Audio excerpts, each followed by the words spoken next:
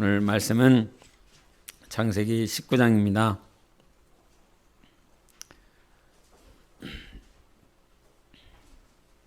창세기 19장, 그 다음에 요한일서 5장을 보시겠습니다. 창세기 19장 23절부터 28절까지 같이 보시겠습니다. 23절부터 28절까지 교독하십니다. 롯이 소알에 들어갈 때 해가 돋았더라. 여호와께서 하늘 곧 여호와께로부터 요한과 불을 소돔과 고모라에 비같이 내리사 그 성들과 온들과 성에 거주하는 모든 백성과 땅에 난 것을 다 엎어 멸하셨더라. 롯의 아내는 뒤를 돌아보았으므로 소금 기둥이 되었더라. 아브라함이 그 아침에 일찍 일어나 여호와 앞에 서 있던 곳에 이르러 소돔과 고모라와 그 온 지역을 향하여 눈을 들어 연기가 옹기가마의 연기같이 치솟음을 보았더라. 아멘. 우리 요한일서 5장 6절부터 8절까지 보시겠습니다.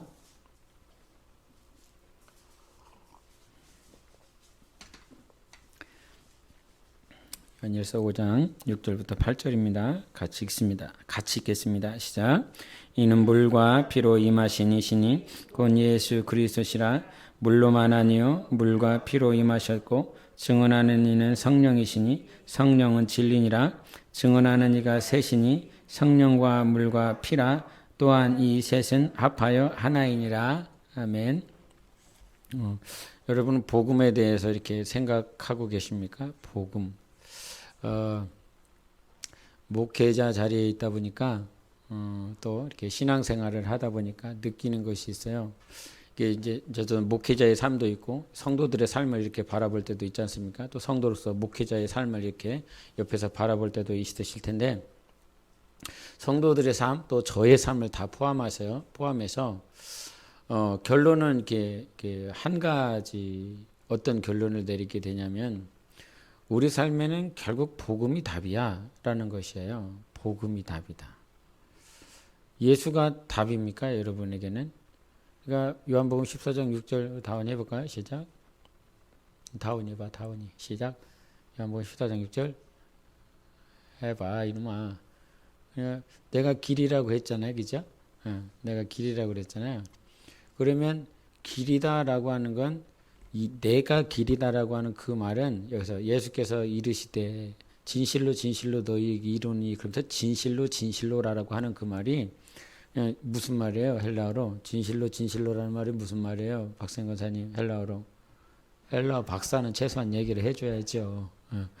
이게 아멘이라는 거거든요. 아멘. 예? 진실로 진실로라는 말이 무슨 말이라고요? 아멘이라고요. 아멘. 이게 믿을 수 있습니다. 믿습니다라고 하는 말이에요. 그냥 믿을 수 있어. 믿을 수 있어야 돼. 내가 지금 너희들에게 하는 그 말을 믿을 수 있어야 되는데 내가 곧 길이야라고 하는 말을 진실로 진실로 즉 아멘이야 아멘이야라고 주님께서 가르쳐 주시는 거죠. 여러분 사람도 진실로 진실로라고 하는 표현을 하면 그것에 대해서 신빙성을 조금 가져주잖아요. 그죠? 그래서 우리는 막 이렇게 대표기도 나올 때 막 진짜 막 정말로 온갖 부사들이 다 들어가 있잖아요. 그 온갖 부사를 다 집어넣는 이유가 뭐예요? 예, 간절한 거죠. 간절한 거예요. 정말 자기의 마음을 다해서 부사를 쓰는 거예요. 근데 사람도 그렇게 부사를 집어넣어서 내가 진짜로 한 거야 정말로 한 거야 뭐 이렇게 표현을 하면 나름대로 신빙성이 0.1%는 올라가거든요. 근데 사람의 말도 하물며 그러는데 하나님께서 이거 아멘인데 이거 믿을만한데 누구 약장사 이름 같죠? 뭐 이거 굉장히 좋은 건데 막 그러면서 광고에 썼던 적 있잖아요. 어떻게 말을 잘 못하겠다고 그러면서 그 약이 뭐였는지 기억이 안 난다. 근데 하나님이 야 이거 아멘이야 라고 할 정도로 한다면 우리 정말 인간이 알지 못하는 이 인간이 신빙성을 좀 가져줘야 될 말인데 그 말이 뭐냐면 내가 길이 되니까 내가 길이야. 자녀가 아파요? 예수님이 길이에요. 문제가 있어요? 예수님이 길이라니까요. 내 질병이 있어요? 예수님이 길이라니까요. 어떤 취업 현장에서 어려움을 겪고 있어요? 예수님이 길이에요. 여러분의 가정에서 관계가 틀어지고 있어요? 예수님이 길이에요.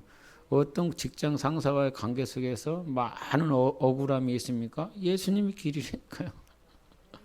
그렇지 않아요? 예수님이 길이잖아요. 네, 이게 복음이라는 거죠. 복음. 그래서 마가복음 1장 1절에 복음의 시작은 예수 그리스도라 그랬어요. 시작.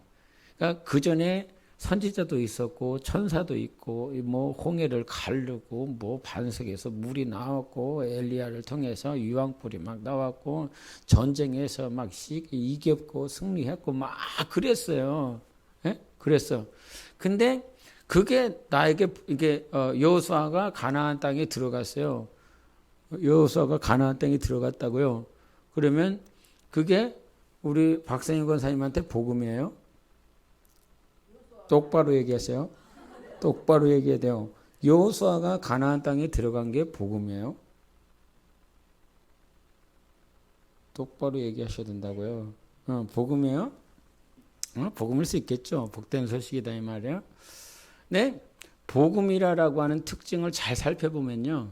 복음은 시대를 초월을 해야 돼요. 그렇죠? 뭐 고대 때에는 복음이었는데 지금은 복음이 아니야. 그렇죠? 옛날에 농사 지으신 분들은 이 농사가 천직이었고 농사가 자기 평생 해야 될 거였어요. 그래갖고 아들한테 이 농사를 지을 수 있도록 하기 위해서 자기가 가지고 있는 모든 농사에 대한 지식을 가르쳐 줬단 말이에요. 지금은요? 그렇지 않죠. 너 농사 지을 거냐? 응? 아니라 이 말이죠. 이게 농사가 아무리 선조들 가운데서는 이 농사가 천직이었고 가족을 먹여 살리는 그런 직장과 같았다라고 할지라도 지금 청년들에게 농사는 아주 특별한 사람들이나 하는 것으로 치부되어지다 이 말이죠. 복음도 마찬가지라 이 말입니다. 고대에 아니면 중세에 근대에 현대에 모든 시대들마다 초월해야 되는 거예요. 그리고 나라와 민족을 초월해야 돼요. 어느 나라에서는 이게 복음인데 이건 복음이 안 돼. 그러면 얘기해 보겠어요. 여호수아에게는 가나안 땅을 점령한 게 나에게 복음이 돼요. 그러면 내가 여호수아의 입장이 아니라 가나안 7 족속의 입장에서 보면 복음이 아니죠. 그죠? 설교가 되는 이유는 이 설교가 중국 사람이 들었을 때도 똑같아야 되고 일본 사람이 들었을 때도 똑같아야 되고 근데 간혹 가다가 제가 이 단상에서 일본 썩을 놈들 이렇게 얘기하잖아요. 예? 그러면 일본 사람들이 듣기에는 복음이 아니에요? 예, 그 부분은 아닌 거예요. 그 부분은 복음이 아니죠. 그러니까 복음이라고 하는 건 나라와 민족을 초월해야 되고 시대도 초월해야 되고 성별을 초월해야 돼요. 과거에 우리나라 사람도 이렇게 남녀 7세 이거 지금 이렇게 우리 사람들은 다 좋아 이렇게 머리가 그게 남녀 7세 부등석이라고 하고 남녀 간에 유별이 있었어요. 지금도 인도에 가면 이 오른쪽에는 남자 왼쪽에는 여자 이렇게 앉거든요. 그래서 눈을 어디다가 둬야 될지 잘 모를 때가 있어요. 근데 복음이 노인에게는 복음이 되는데 어린이에게는 복음이 안 되고 남자에게는 복음이라고 그러는데 여자에게는 또 복음이 안 되고 나에게 복된 소식이 안 돼. 나한테 달갑게 들려지지 않아. 그러면 그거는 복음이다 아니다. 아니다. 복음은 어때야 된다고 그랬어요, 권사님? 복음은 시대를 초월해야 된다고요. 시대를 초월해야 된다. 나라를 초월해야 된다고 민족을 초월해야 된다고 성별을 초월해야 된다고요. 그러면 그 여호수아의 사건이 비록 내가 예수를 하나님을 믿는 사람이기 때문에 여호수아가 가나안 땅을 점령하였기 때문에 하나님의 말씀으로 인하여 그것이 이루어졌다라고 되게 복음으로 여겨질 수 있고 믿을 수 있는 거예요. 그러나 가나안 땅의 사람의 입장에서 보면 그것은 점령당한 식민지화 되는 거잖아요. 그들에겐 또 복음이 아닐 수 있다는 거죠. 그래서 복음이라고 하는 건 누구에게나 적용이 돼야 돼요. 그래서 복음의 시작은 어디서부터 시작되냐면 여호수아로 인한 것이 아니었어요. 모세로 인한 것이 아니었고 다윗으로 인한 것도 아니었어요. 다윗을 통해서 이 전쟁에서 승리했다라고 하는 그 소식이 이스라엘 백성들에게는 복된 소식, 아주 좋은 소리처럼 굿뉴스로 들려질 수는 있겠지만 이 피지배층 아니면 다른 민족에 의해서는 그것이 절대 좋은 소식이 아닌 거죠. 나쁜 소식인 거죠. 그래서 복음의 시작은 어떻게 뭐라고요? 누구라고요? 예수 그리스도라고요. 그래서 그러면 예수는 시대를 초월하는가? 예수라고 하는 이 말은 무슨 말이냐면요, 예수의 십자가를 말을 하는 거예요. 예수의 구원을 얘기를 하는 거예요. 그 예수의 구원은 나라와 나라. 예? 그러니까 과거 구약에 있어서 이스라엘 백성들은 선택을 받았죠. 그렇죠? 이스라엘 이 민족은요, 이스라엘 외의 민족은 선택받지 못했어요. 이거는 복음이라고 여겨질 수가 없어요. 이스라엘 민족에게는 선택받은 그런 민족, 하나님께서 사용하신 민족이기 때문에 그들의 입장에서는 굿뉴스가 될 수 있지만, 그래서 복음의 시작은 우리가 비록 여호와 하나님, 과거 구약의 그 하나님을 믿고 따르고 있지만 복음의 시작은 예수다라는 거예요. 예수로 시작해야 된다는 거예요. 그래서 예수께서 십자가에서 못 박혀 죽으심으로 말미암아 영혼을 구원한 것은 과거와 현재와 미래까지 다 초월한다는 것이죠. 그리고 과거의 중세든 근대든 현대든 아니면 나라와 나라, 지금 팔레스타인을 향해서는 팔레스타인이 그들이 예수 그리스도를 영접하지 않고 예수 그리스도를 배척하고 있지만 예수 십자가의 사건으로 말미암아 구원한 그 사실은 그들 영혼의 참 복음이라 이 말이죠. 그래서 복음은 절대적으로 시대와 성별을 다 초월해서 적용되어졌다. 그래서 예수가 너를 구원했다. 이것은 과거에 산 사람이든 지금 산 사람이든 미래에 산 사람이든 여전히 적용되어지는 하나님의 말씀이라는 거죠. 그래서 내가 지금 복음을 믿고 있느냐라고 하는 걸 잘 생각을 해보세요. 복음을 믿고 있느냐. 복음을 믿어야 된다라고 하는 건 나라와 나라, 민족과 민족, 성별을 이거 다 초월해야 된단 말이에요. 그래서 나에게만 좋은 소식이면 이거는 복음이 아닌 거예요. 나의 가정에게만 좋은 건 복음이 아닌 거예요. 진짜 하나님이 말씀하시는 복음은 예수라고 분명히 말씀해 주셨어요. 예수의 십자가가 우리에게 복음이어야 된다는 거죠. 그래서 우리는 복음의 시작이 예수로 시작되어야 돼요. 분명히. 그래서 여러분 가정에 우리 마태복음에 보면 마태복음 4장에 예수님께서 광야에서 시험 받으시잖아요. 그 시험 받으실 때에 첫 번째 시험 받고 난 다음에 마귀한테 예수님께서 뭐라고 말씀하셨어요? 사람이 떡으로만 사는 것이 아니요 하나님의 말씀으로 입으로부터 나오는 모든 말씀으로 이라고 했대요. 모든 말씀이라고 그랬대요. 이게 오늘 찬양을 하면서 우리는 하나님께서 어떻게 지었냐면 예수가 필요한 존재로 지음을 받았어요. 뭐라고요? 예수가 필요한 존재로 지음을 받았다고요. 그렇게 영원 전부터 하나님은 세팅을 해놨어. 나를 영혼 육 자체가 예수가 필요한 존재로. 그래서 에베소서 1장 창세전에 하나님의 계획을 얘기를 할 때 어디 안에서 예정하셨어요? 그리스도 예수 안에서 예정을 했단 말이에요. 그래서 예정을 해서 거룩한 자가 되어지고 하나님의 아들이 되고 자녀가 되어지고 하나님의 은혜의 영광을 찬송하는, 그러니까 예수 안에서 살아갈 존재로 지음받은 것입니다. 나는 어떤 존재예요? 예수 안에서 살아가야 될 존재로 지음받은 존재예요. 누구나 다 그렇단 말이에요. 그래서 나는 예수가 필요한 사람이요. 예수가 필요한 사람이요. 나는 어떤 사람? 예수가 필요한 사람. 나는 진짜 예수가 필요한 사람이에요. 하루도 예수가 없이는 못 사는 사람인 거예요. 비록 육신이 막 살아가고 있잖아요. 이렇게 돌아다니고 있잖아요. 먹고 마시고 막 하고 있잖아요. 그건 육의 기능이 막 살아서 움직이고 있는 것 같지만 영혼 자체는 이미 죽었어. 그래서 성경에 얘기를 하잖아요. 이 세상에 있는 모든 사람이 어떻게 됐다고? 다 죽었다고. 근데 그 사람들이 이 어떤 육신이 죽었느냐 요 얘기를 하는 게 아니에요. 로마서 보여주세요. 로마서 5장 15절 같이 읽어보겠습니다. 시작. 그러나 이 은사는 그 범죄와 같지 아니하니 곧 한 사람의 범죄를 인하여 많은 사람, 여기까지. 여기서 한 사람의 범죄로 인하여 많은 사람이 죽었다는 건 많은 사람, 뭐 다른 많다라고 하는 건 전부를 말을 하는 거란 말이에요. 모든 사람이 뭐 했다고요? 죽었다니까요. 다 죽었어요. 산 사람이 없다 이 말이에요. 예수가 필요한 사람인데 예수 없이 막 돌아다니는 사람들이 있어. 근데 그 사람들을 향해서 하나님은 죽었네. 죽었어 지금. 근데 자기는 죽은지를 몰라. 죽었는데 지금도 뭔가 막 움직이고 있어요. 직장에서 가정에서 뭔가 열심히 일을 하고 땀 흘리고 있어요. 근데 하나님은 그 사람들을 정했어요. 너는 죽었네. 응? 죽었다는 거요. 한 사람도 살아있는 사람이 없고 다 죽었다는 거예요.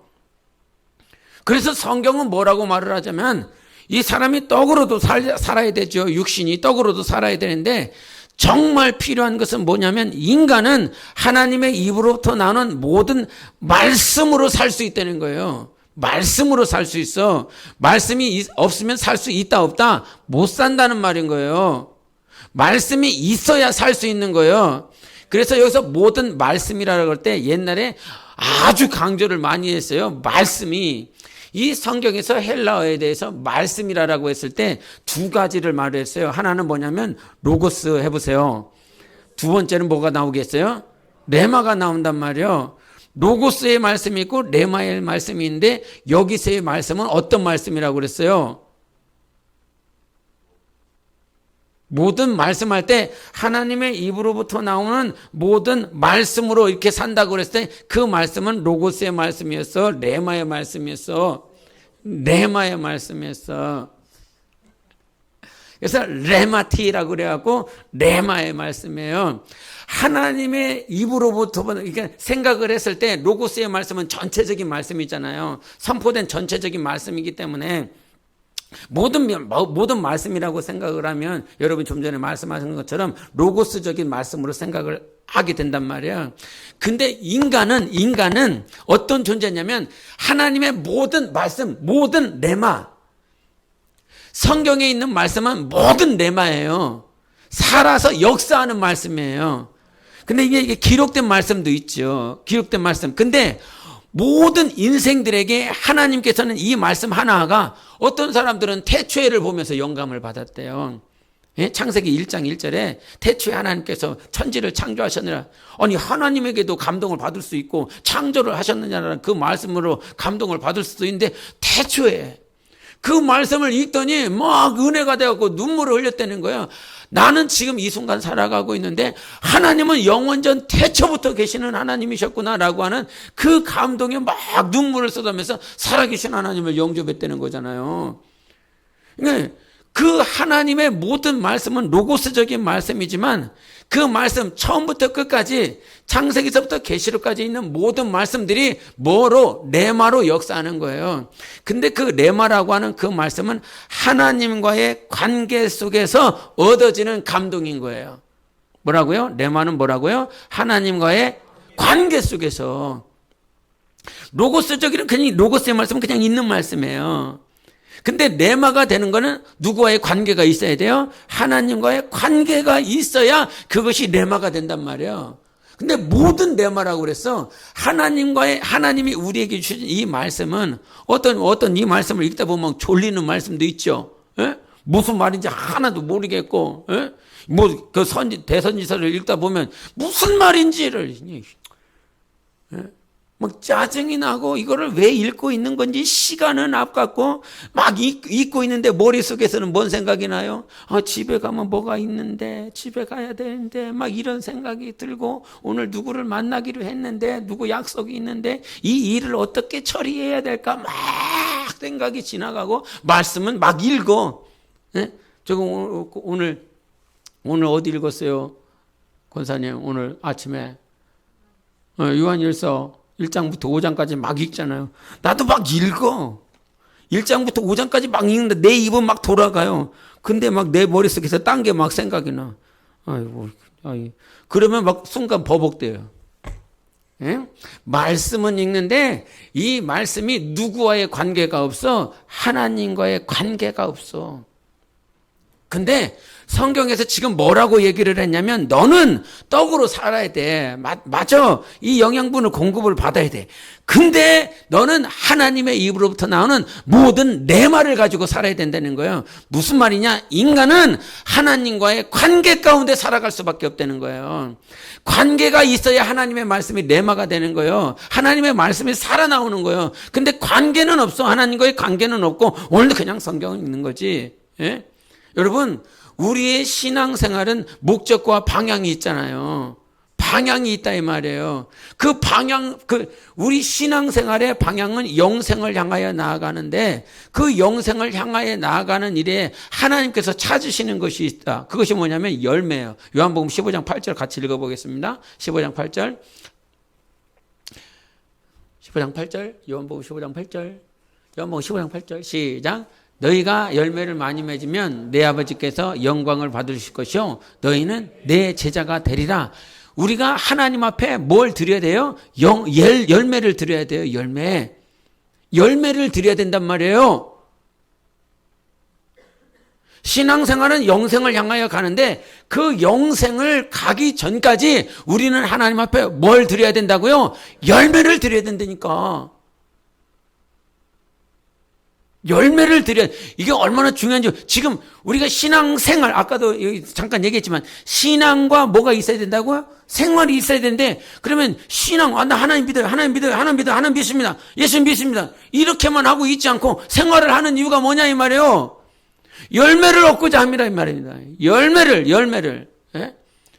지금 막 귀농하는 사람들이 좀 있지 않습니까? 옛날에 비해서 막 삶이 어렵다 보니까 대도시에서 살고 있는 사람들, 그 사람들이 귀농을 해갖고 보통 귀농을 하고 나면 그 마을에 아니면 그 어떤 읍내에 가보면 농촌 학교가 있대요. 그러면 그 농촌 학교에 가갖고 그 가서 막 열심히 수업을 들어, 열심히 배워, 열심히 배우고 난 다음에 집에 돌아와.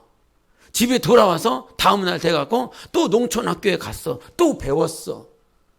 그리고 돌아오고 배우고 돌아오고 배우고 돌아오고 배웠어. 그리고 죽었어. 농촌학교에 왜 갔어? 농촌학교에 가는 이유가 뭐지요? 가서 수업을 듣는 이유가 뭐예요? 씨를 뿌려갖고 결국은 열매를 내려고 그러는 거잖아요. 열매를 내는 것이 목적이지 가서 수업을 듣는 게 목적이 아니잖아요.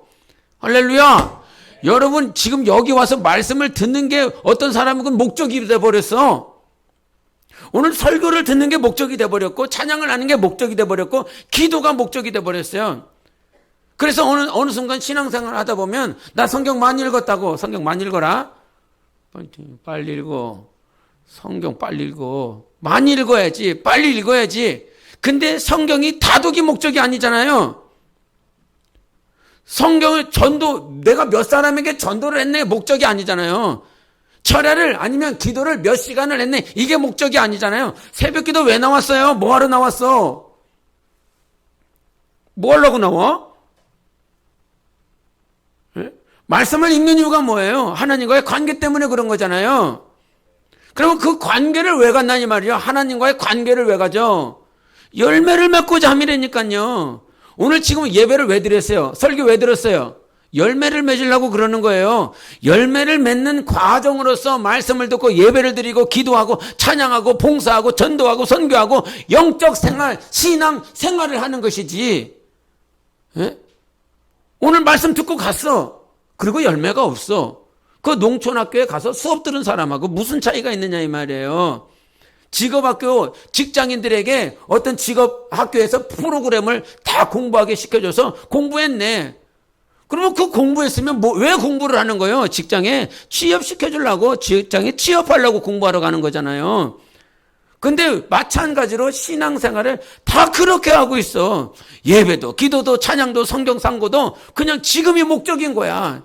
여러분, 우리는 열매를 맺어야 되는 사람이에요. 열매를 맺어야 되는 사람. 근데 그 열매를 맺게 하시는 분이 누구시냐면 성령 하나님이세요. 성령이 오직 우리에게 열매를 맺게 해주신단 말이에요. 그래서 예수 그리스도로 인하여 우리가 거룩하게 되어질 뿐만 아니라 성령으로 인하여 우리가 깨끗하게 됨과 거룩하게 된다라고 성경은 계속 가르쳐주고 있어요. 신앙생활을 지난번에도 얘기를 했지만 구원과 성화 가운데서 예수 그리스도를 영접함으로 인하여 우리는 구원받은 존재가 된 것입니다.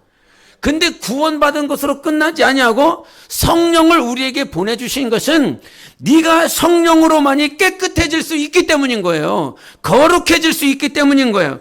그래서 성령으로 인하여 날마다 내 안에 성령의 역사가 있다라고 하는 말은 성령이 나를 계속 깨끗하게 해주시기 위하여 성령의 기능이 참 많이 있으시죠. 성령이 하시는 일들이 많아요. 첫 번째는 무엇이냐면 예수께서 하신 그 말씀들을 가르쳐 주시고 생각나게 해주시는 분이세요. 그래서 예수께서 2000년 전에 우리는 예수 그리스도를 만나본 일이 없지만 성령으로 인하여 예수 그리스도께서 하신 그 말씀을 깨닫고 가르침을 받을 수 있는 그 보혜사 상담자이신 하나님께서 내 안에 계세요. 그리고 우리에게 뭘 얘기를 하셨냐면 우리 요한 5장 그 말씀을 같이 한번 보겠습니다. 요한일서 저 5장 6절인데요. 같이 읽어보시겠습니다. 시작. 이는 물과 피로 임하신 이시니 곧 예수 그리스도시라. 물로만 아니요 물과 피로 임하셨고 증언하는 이는 성령이시니 성령은 진리. 여기서 물과 피로 임하신 분이 누구세요? 예수 그리스도시죠. 근데 증언하시는 분은 누구세요? 성령이세요. 성령만이 가능한 거예요.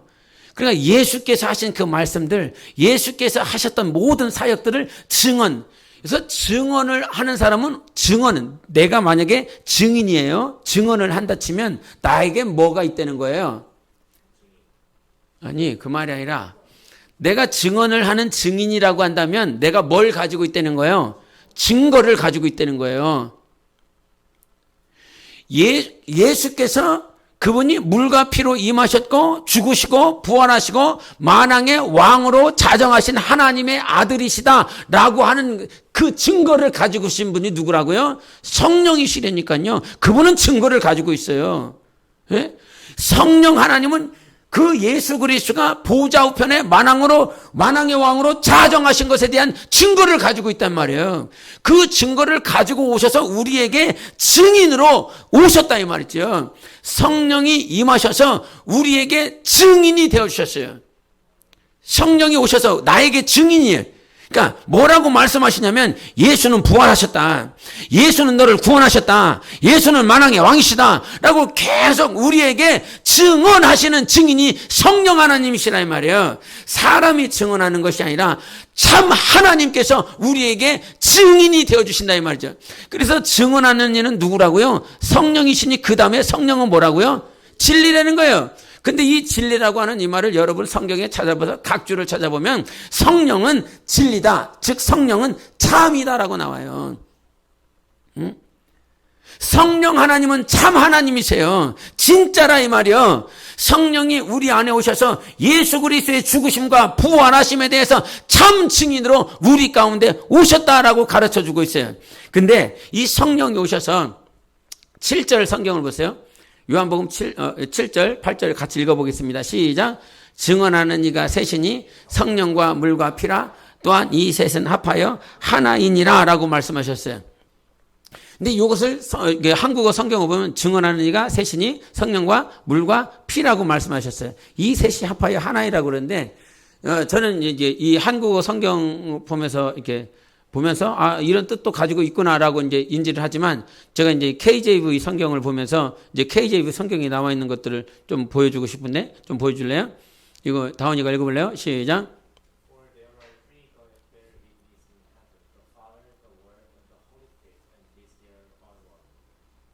8절도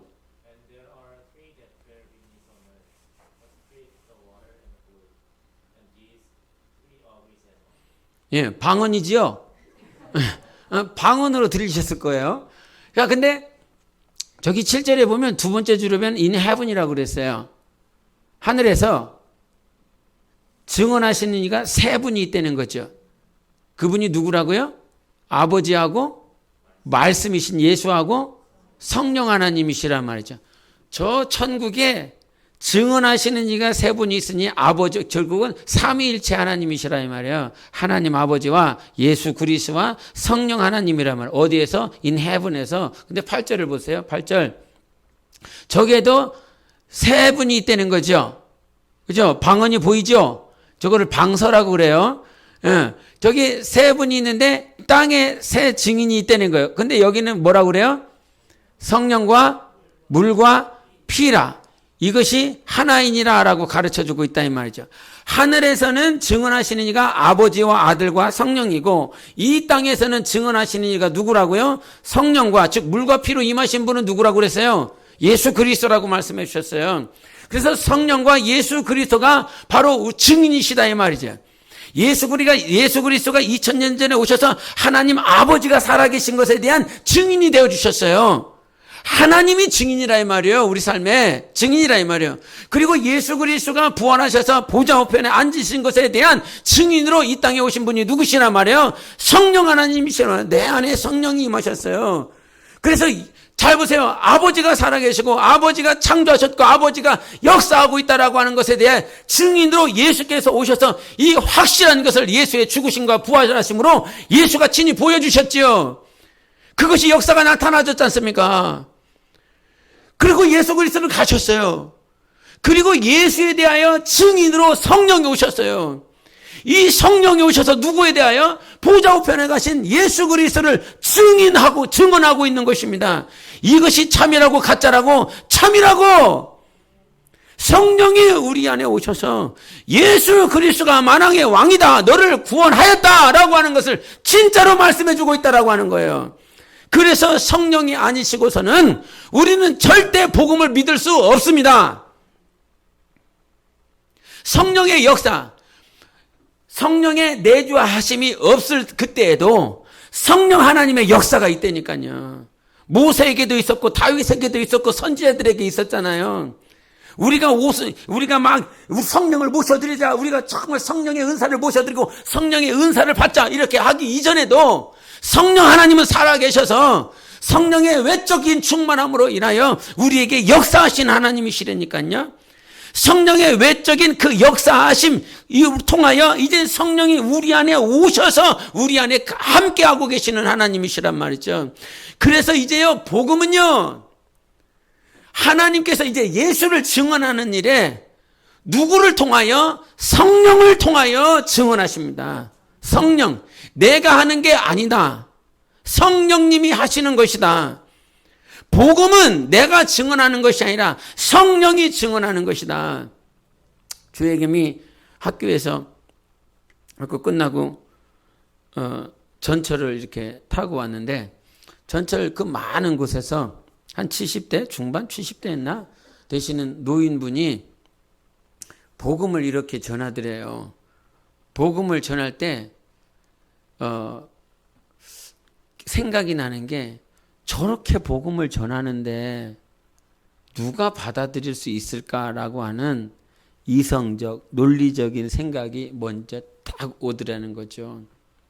다른 사람들이 봤을 때, 그분을 봤을 때 누가 저렇게 막 사람들이 많은 빽빽한 곳에서 해보기는 했냐? 해봤어요? 막 빽빽한 곳에서 욕 바가지로 들어먹습니다. 비행기에서 해봤어요? 안 해봤어요? 비행기에 앉아 항공법에 위반돼 앉아 이렇게 됐죠. 예, 큰일 난다고 잡혀간다고. 예, 지하철 빽빽한 곳에서 해봤어요. 그 버스에서 막 사람이 왜 이렇게 많은지 흔들거리는 그곳에서 잘 들리지도 않아.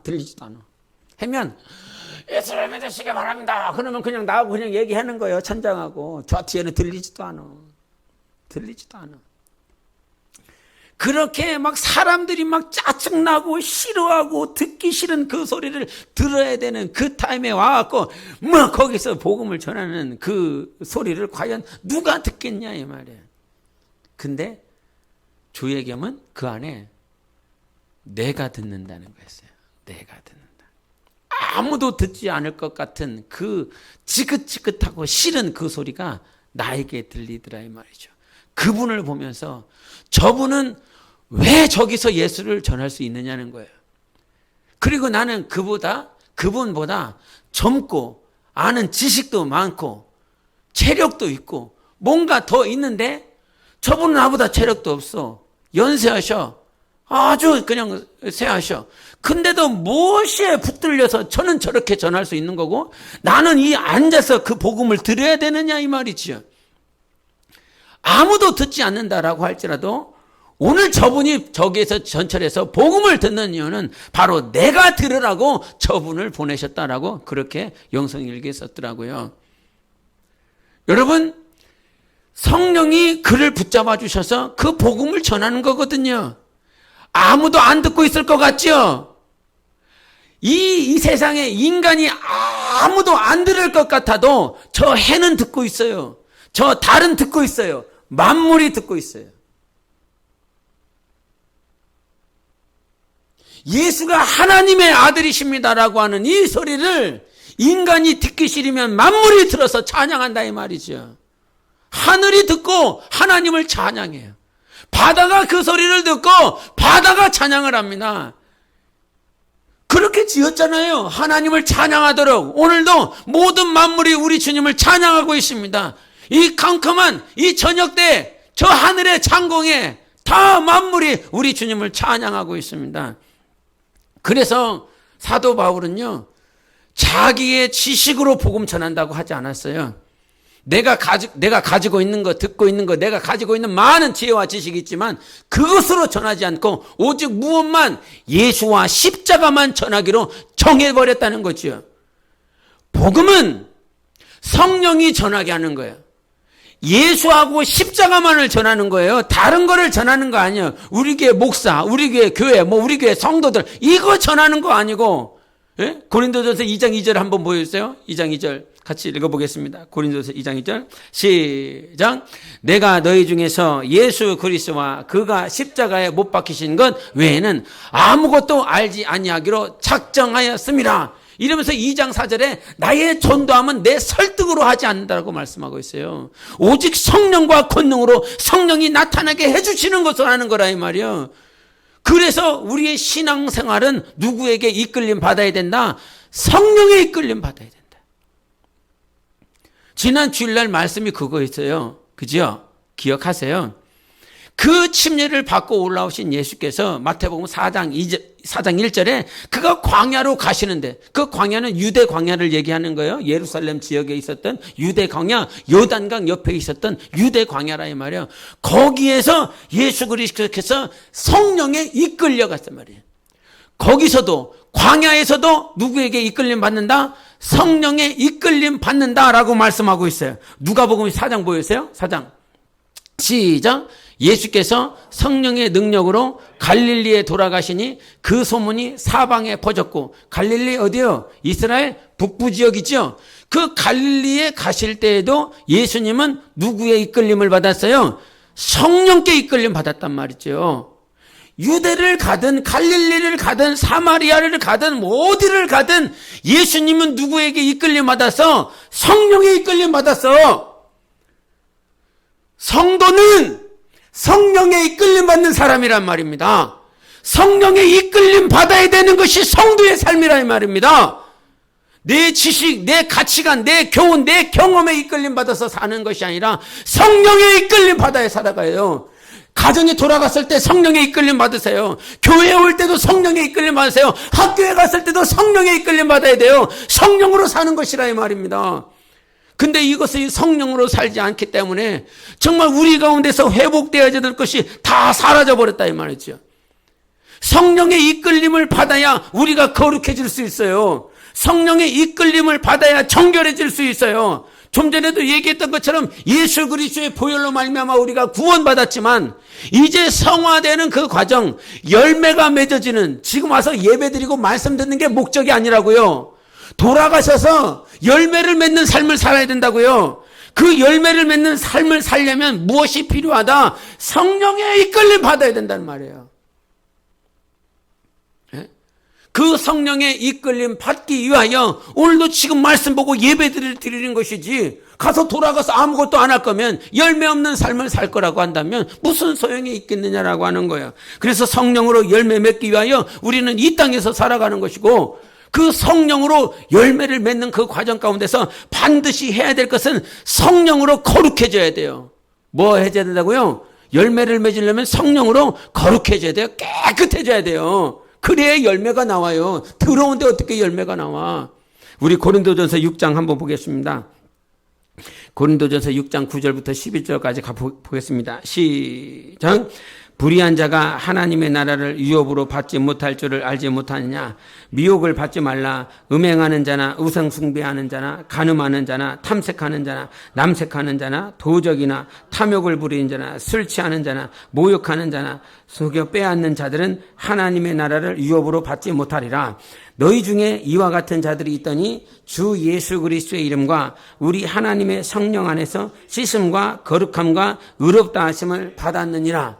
전 10절에 보면 이런 말씀을 가지고 있어요. 10절에 보면 하나님의 나라를 유업으로 받을 수 있다 없다. 하나님의 나라를 유업으로 못 받는다고 그랬어요. 이 말은 하나님의 나라 안에 못 들어간다는 말이에요. 계시록에 그렇게 나와 있는데, 계시록 보이세요? 같이 읽겠습니다. 시작. 자기 두루마리기를 빠는 자들은 복이 있으니 이는 그들이 생명나무에 나아가며 문들을 통하여 성에 들어갈 권세를 받으려 함이로다. 개들과 점술가들과 음행하는 자들과 살인자들과 우상숭배자들과 및 거짓말을 좋아하며 지어내는 자는 다 성 밖에 있으리라 그랬다 이 말이죠. 성 밖에 있는 사람들이 누구요? 이 14절에 보면 시작이 자기 두루마기를 빠는 자들은 복이 있어요. 두루마기를 빠는 자들은 뭐예요? 거룩해지는 사람들, 깨끗한 사람들, 성령 안에서 씻음 받는 사람들 얘기하는 거예요. 성령으로 깨끗해져야 돼요. 거룩해져야 된다고요.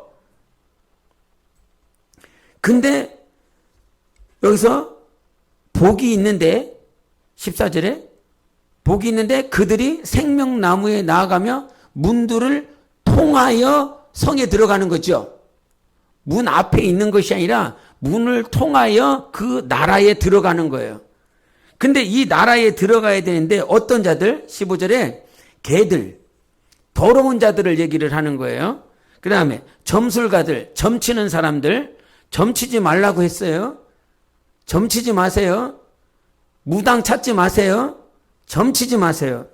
음행하는 자들, 음행에 대해서 얘기했어요. 간음에 대해서 얘기를 했어요. 이거 절대 하지 말라고 그랬어요. 살인하지 말라고 그랬어요. 우상숭배하지 말라고 그랬어요. 우상숭배하는 자들은 탐욕을 가진 자들이라 얘기를 했어요. 거짓말을 좋아하며 지어내는 자들. 이렇게 봤을 때 별거 아니다라고 생각되어지면 당신이 하나님을 받는 그 말씀이 지금 그 말씀이 이게 기능이 상실되어진 거예요. 지금 우리는 이 땅에서 열매를 맺어야 되는 사람들이라 말입니다. 열매를 맺기 위해서는 어떻게 해야 된다? 성령으로 깨끗해져야 된다. 성령으로 거룩해져야 된다. 이러지 않고서는 문들을 통하여 그 하나님 나라에 못 들어가고 하나님의 나라를 유업으로 받을 수가 없다라고 가르쳐주고 있어요. 당신이 아무리 예수를 잘 믿었다라고 할지라도 성령으로 깨끗해져야 된다고요. 성령으로 거룩해져야 된다고요. 성령이 원하시는 것을 하라고요. 성령이 요구하시는 것을 하라고요. 그것을 할 때에 우리는 하나님의 나라를 유업으로 받는다라고 하는 말은 문들을 통하여 그 성 안에 들어가서 누구를 뵙는다? 예수 그리스도의 얼굴을 배울 수 있다는 말이요. 예수 그리스도의 얼굴을 뵐 수가 있어요. 성 밖에 있는 것은 절대 예수 그리스도를 하나님의 임재를 경험할 수 없어. 그래서 성막의 울타리는 이 사람이 이렇게 뒤꿈치를 들고 안을 돌아볼 수 없는 성막의 울타리가 있잖아요. 알아요? 성막의 울타리가 있는데 그 울타리는 높아서 2.5m 높아갖고 이 안을 사람이 들여다볼 수가 없어요. 성 밖에서는 하나님의 임재를 예수 그리스도의 얼굴을 바라볼 수가 없어요. 그 동문을 통하여 즉 예수 그리스도를 통하여 들어가요. 성막을 통하여 들어가. 문을 통하여 들어갔을 때 비로소 하나님의 임재가 있고 하나님과 함께 영원히 영생하는 것이라 이 말이에요. 그렇게 하기 위해서 뭐 해야 된다고요? 성령으로 깨끗해져야 된다고.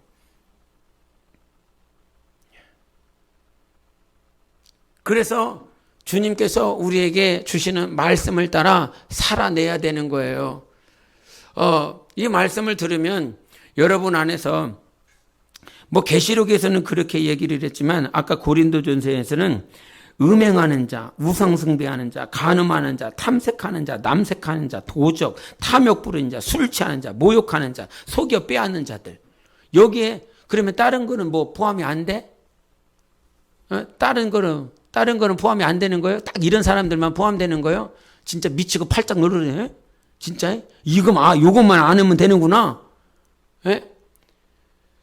하나님 앞에 제대로 살지 못하는 거 성령이 가르쳐 주지 않아요? 그죠? 내가 하나님의 뜻대로 살지 못하는구나. 성령으로 가르쳐 주지 않아요? 성령님이 가르쳐 주시지 않으세요? 성령님께서 계속 터치하시지요. 그러지 않아요? 그러면 그 사람은 성령이 없는 사람이요. 하나님이 없으신 분이요. 내가 하나님의 뜻대로 살지 못하는데도 아무런 게 없어. 당신은 성령 안 받은 사람이요. 성령은 오늘도 예수 그리스도의 말씀을 가르쳐주고 생각나게 하시고 모든 진리 가운데 인도하시는 분이요. 진리로 계속 인도해 주시는 분인데 양심에 이 안에서 찔림이 없어? 당신은 성령이 없는 사람이란 말이요. 성령을 모셔드린 사람은 진리대로 살지 못했을 때 정말 이 마음이 부담스럽고 평안이 없지요. 그지요? 그런데도 불구하고 평안이 없는데도 불구하고 그렇게 살아버리지요. 우리는 아까 우리가 본문 말씀에 창세기 읽었잖아요. 몇 장 읽었어요? 19장. 오늘 누구 얘기했어요? 19장에 롯의 아내 얘기한 거죠. 롯의 아내 얘기. 응? 야마 천사들이 와갖고 너 지금 떠나야 돼. 소돔과 고모라 땅을 떠나야 돼. 이거는 누구의 말씀이요? 하나님의 말씀이요. 하나님이 나한테 원하는 거예요. 우리에게 원하는 거예요. 죄로 관영한 그 땅, 정말 심령이 상하해지는 그 땅, 하나님께서 말씀하셔서 이 땅을 떠나버리라고. 그러면 떠나야 돼 말아야 돼? 떠나야 되는 거죠.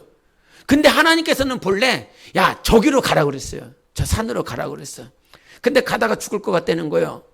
그래서 이 롯이 이 소알 땅으로 가장 가까운 그 소알 땅 빨리 갈 수 있는 그곳으로 보내달라고 했죠.